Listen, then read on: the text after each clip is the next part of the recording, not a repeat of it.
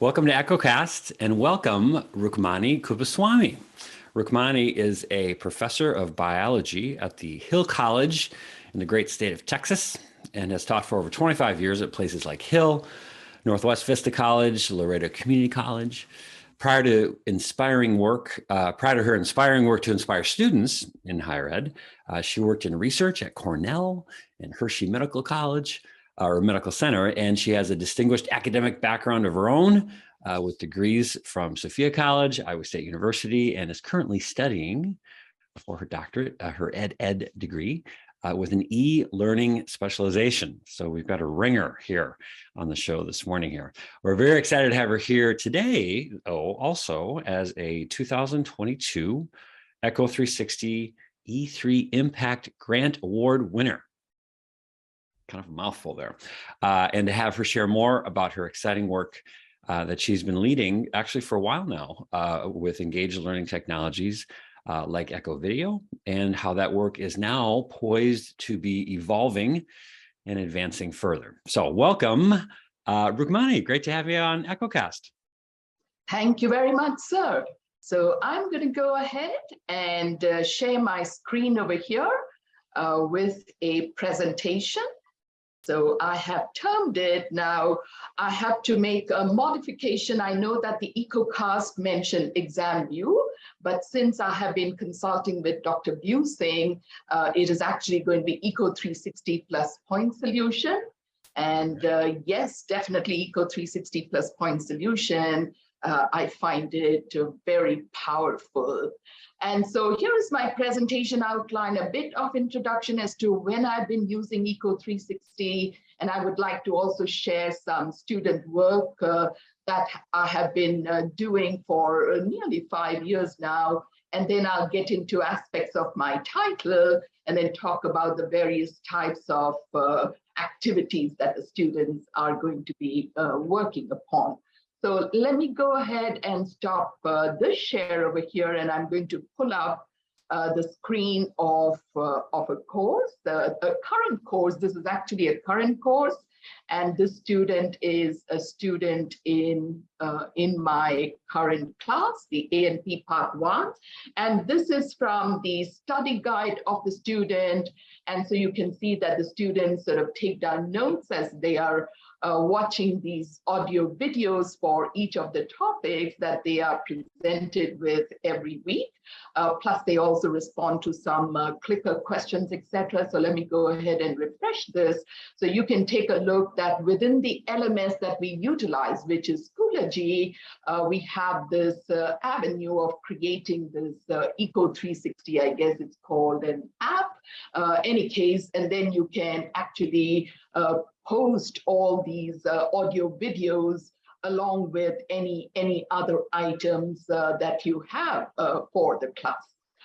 Very good. So I am going to go ahead and stop this and return to my presentation, and would like to just add that I do this exercise for every class I teach. So for every class I teach, I use those Echo videos, and then the students have to submit, and they are obliged to do it because they have to work at a grade for this one here. So notes, discussion points, and then any other responses, clicker question responses, etc. I want to make certain that I did share with the audio. So I'm going to make certain there might be a place where there is an audio, I don't recall. In any case, I did that one, sorry. So now I'm going to get into the title of the grant project. First of all, I'm so appreciative again of receiving this grant and having this opportunity to actually sort of crystallize my thoughts as well. So this is the grant project that I arrived at, which is actually rather similar to my dissertation topic as well, which is stimulating critical thinking with collaborative learning in community colleges. And for the grant, of course, I have added, which I think I'll be using for my dissertation as well, using the Echo 360. And if I recall, it was Turning Platform, but it's going to be that point solution. So these are some of the research questions. I may not do all these research questions for the grant purposes, so that way I can sort of take it in stages, but for my dissertation, actually, it is all these research questions that are going to drive the study. How does participation in collaborative learning affect the true mean difference of participants, pre-test, post-test critical thinking scores? In what ways do collaboration assignment scores and post-test critical thinking scores correlate with each other? To describe that correlation, it's not exactly sort of a cause and effect study, so it is quasi-experimental. What are the differences in the mean score between collaboration assignment and those post-test critical scores of participants? So this is the critical thinking measurement that I'm going to utilize. This is Cornell Critical Thinking Test Level C, very credible, all that validity, etc., has been worked out for it. And so this is what I'll be obtaining, and the students will complete this at the beginning of the term. And then once they, at the end of the term, after they have completed their collaborative exercise. So collaboration is a big deal. It's in the 21st century. It includes the capacity to work productively with different individuals, groups towards a common goal. And this is from the Education Design Lab that says these are the 4 core sub-competencies that have to be completed. Strengthening relationship, incorporating diverse perspectives, using active listening skills, and then focusing on solutions rather than problem. So here are a bit more details about each of these 4 competencies: strengthening, create those networks through which they can access, provide resources, information support; listening actively, ensuring that others are, feeling that they are heard and valued. Also, when you're hearing, you're grasping and retaining that information and creating that forward momentum that is going to advance the work. In other words, always focus, task-oriented, focus on solution. And then incorporating those diverse perspectives to enlarge the conversation, to definitely challenge their own thinking, and to maximize that group effectiveness. So here are the, sort of an overview that I'm not going to read out, but it's essentially going to be 4 assessments. And so the students will be given an overview of that one, and then instructions will follow as to how they're going to complete these assignments or assessments. So here it is for the first sub-competency, strengthen relationship. This is 2, which is listening actively. And then this is 3, to focus on solution. And then this is the 4th one, to incorporate those diverse perspectives. Now, here is the assignment that they will be working upon for this collaborative activity. So students will choose a research topic, which is at the very beginning of the term, and the numbers indicate the sub-competencies which actually will be assessed through this one here. So this is going to be those 1 and 3. And so 1 was once again, strengthen relationship. 3 is that focus on solution. And then gather sources from the library databases, internet, following some credibility criteria. This actually is going to be individual, so they have that individual accountability as well. And then analysis and synthesis of all those sources, which is again going to be for competencies 1, 2, and 3. And then they create this PowerPoint presentation to submit for the class report. Plus, it is also going to be assigned for peer review. So I have given here an example again of current students who are working on this research topic, COVID-19. In fact, they have just modified it to COVID-19. And these students are once again in the A&P part 1. And then here is an example of a reference article that has been submitted by the student. This is actually about, I think, 12 pages long. I just sort of gave the very beginning. So using all this, so as mentioned, they will create this PowerPoint presentation, which I will be uploading on the ECHO website. And so I'm just going to go ahead, go to the ECHO website, which allows me to create these groups. Now, it does not pertain to COVID-19 because these students are still working on a presentation, but I went ahead and pulled up a presentation from a student in a previous class. And so these will be available for the students towards the end of the semester, and then they will cover that one. So there is sharing of results, plus they will be assigned that peer review. And again, this PowerPoint has certain strictures, certain criteria that they have to follow to create that PowerPoint. So I'm not going to go over the entire one, but just to show you as an example. So let me return to the slide presentation. And so that is that ECHO website. Now, this is the measurement tool, which will also be used for the collaboration exercise besides evaluating their assessments, etc. And this is something that has been posted on the internet, again, which has met all the criteria, etc., called the CLEDEX. And so this is going to be done by the learner, and then there is another section by the instructor, and then there is also this part 3, which is student reflection. So I decided that I think I can utilize the point solution over here, where I prepared these questions. So right now I have prepared a few questions, and then actually I can also assign maybe numeric values for each of these options. So never can be maybe a 0, and then a 1, and a 2, and a 3.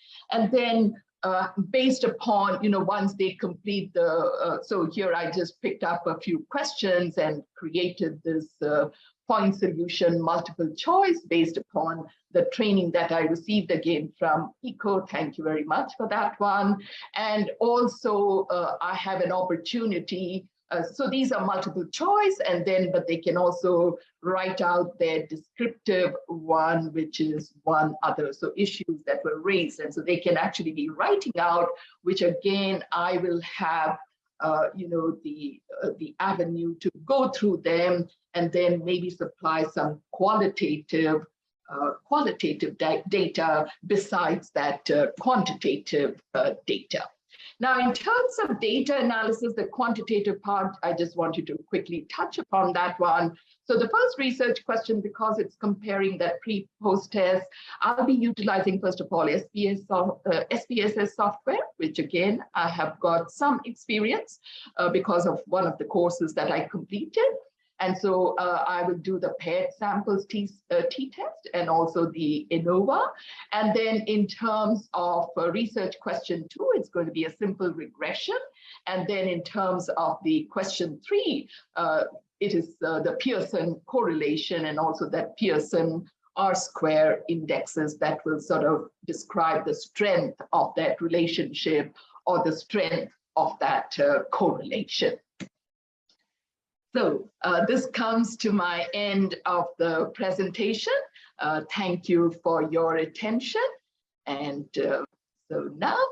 Yeah, well, thank you. I mean, I have to say that is an impressive, I mean, and to get all of that in, that is so, that is a great initiative, great, just everything. I'm a little speechless, and what's so evident, Rukmani, is the attention, first of all, your fluency with the technology itself. And I would imagine that your own personal interest in education technology and it has helped you, introduce it and help your students adopt it and kind of integrate it. But, we talk a lot here at Echo 360 about, engagement, evidence, and equity. And that presentation that you just gave was probably one of the best embodiments of all three of those kind of elements. Great stuff with the engagement, and again, you can tell with just the how quickly and easily you can get engaged with the technology, the evidence with your scorecard there. But I'd love to talk a little bit about that 30 around equity. And I love that when you were going over those 4 subsets of your work, in the first one about relationship building. Yes. and helping students develop what I would imagine you're also seeing is not only those relationships, but some sense of confidence in participating and everything. So talk a little bit about how, because you've been dealing and working with technology, you're going to continue to work with that as you get your PhD. Talk about the interplay between technology and how it helps create more of an equitable learning opportunity for all types of students? Yes. So thank you for asking that question. First of all, I think there are various aspects of equity. So one thing is, I'm not very certain because students always, especially online students, they may not have proper working computers and proper internet, etc. However, in terms of Eco 360, reaching the student, definitely that equity aspect is there. But then, of course, the technology has to be present from the other end as well. And now in terms of that, strengthening relationship, first of all, it's been a challenge. I mean, I have to say that I do this collaboration work because I see the value in it and I see that it is important, it does matter.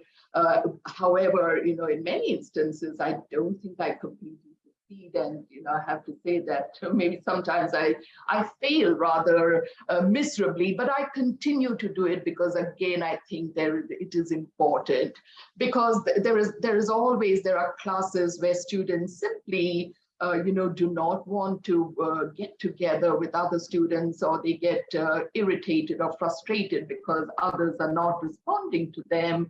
And so those are things that always I have to contend with, and then to find ways, because I still want them to, of course, do the exercise. Not doing it at all is not an option. I still want them to carry it out, but they do, I think they are sort of shortchanged in that collaboration aspect. But then, of course, I do always have students who are, working together, willing to work together. And I do find that when they work together, definitely their presentation and their report is far more, much more enriching. It is much more enhanced because now they have multiple sources they can, put their heads together, etc. So they do create, I think, a much better report or presentation. Yeah. Well, and as the whole world has tried to find any kind of silver lining with any of the COVID-19 and all the disruption that it caused in education and business and everything, I think what you're doing is a great example of capitalizing on something that everybody was forced to kind of get into. You've been working clearly and so fluently with this technology, so that now, as we're moving forward, you're able to take and the best elements of that technology can bring forward, but still retain and make sure that you've got that focus on the collaboration, the relationships, wherever it happens, whether it is remote, whether it's in the classroom. So I think that's just right, because I see that one phrase that I have come across is to bridge that physical and digital spaces. So yes, but I find, like I said, I am just so enamored and in love with technology. I mean, look at Zoom. This is the next best thing to in-person meetings, isn't it? And these days, actually, I don't even feel that I am sort of far removed from the person. It's almost like the person is, right next to you, etc. So Zoom is just so awesome, or any of these collaborative platforms. They are just so awesome. And I think students who are, sort of hesitant or reticent, unfortunately, maybe they have other things that are, pulling them away, etc. Because these days, again, with, the phone apps, etc., it is not difficult to get in touch with each other. It's not at all difficult. I agree. I can almost feel the warmth of your fireplace behind you there. So, that is my Zoom. That is my Zoom. Exactly. Well, Rukmani, I want to thank you so much for all the work that you're leading there at Hill College, and just for what you're doing for your students. I'm envious of your students. I have to say, I wish I was able to spend more time learning from you, being inspired by you. And Echo 360 is very proud to support that the work that you're doing, and very excited to see what phase 2 looks like here moving forward. So also want to thank all of you for tuning in to this episode of EchoCast, and you can check this episode out and other episodes and other resources, of course, at echo360.com. Thanks for tuning in to EchoCast. For more information on these and other inspired learning solutions, visit us at echo360.com.